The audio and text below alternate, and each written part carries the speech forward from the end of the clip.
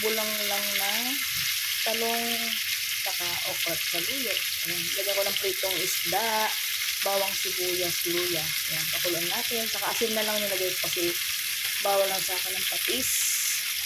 Ayan po yung kaya natin kumulo. Ilagay natin yung eggplant. Ayan po, nilagay ko na yung siling pang sigang saka okra. Hindi ba hindi naglalagay ng okra, pero gusto ko kasi ng gulay. Kaya nilagay ko yan. Hintayin natin siya lumambot. Lagyan natin ating dahon ng saluyot. Ayan.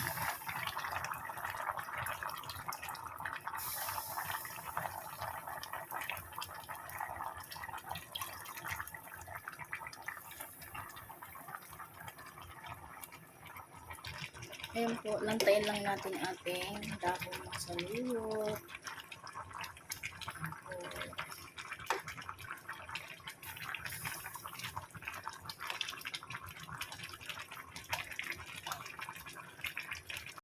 Ayan po, lantan po siya. Lagyan na natin yung ating dayap. Ayan, yan ang ating pangsuka. Para mabango. Ayan, lutuin natin siya ng pakuluin lang natin siya ng 2 minutes para hindi siya lutong-luto.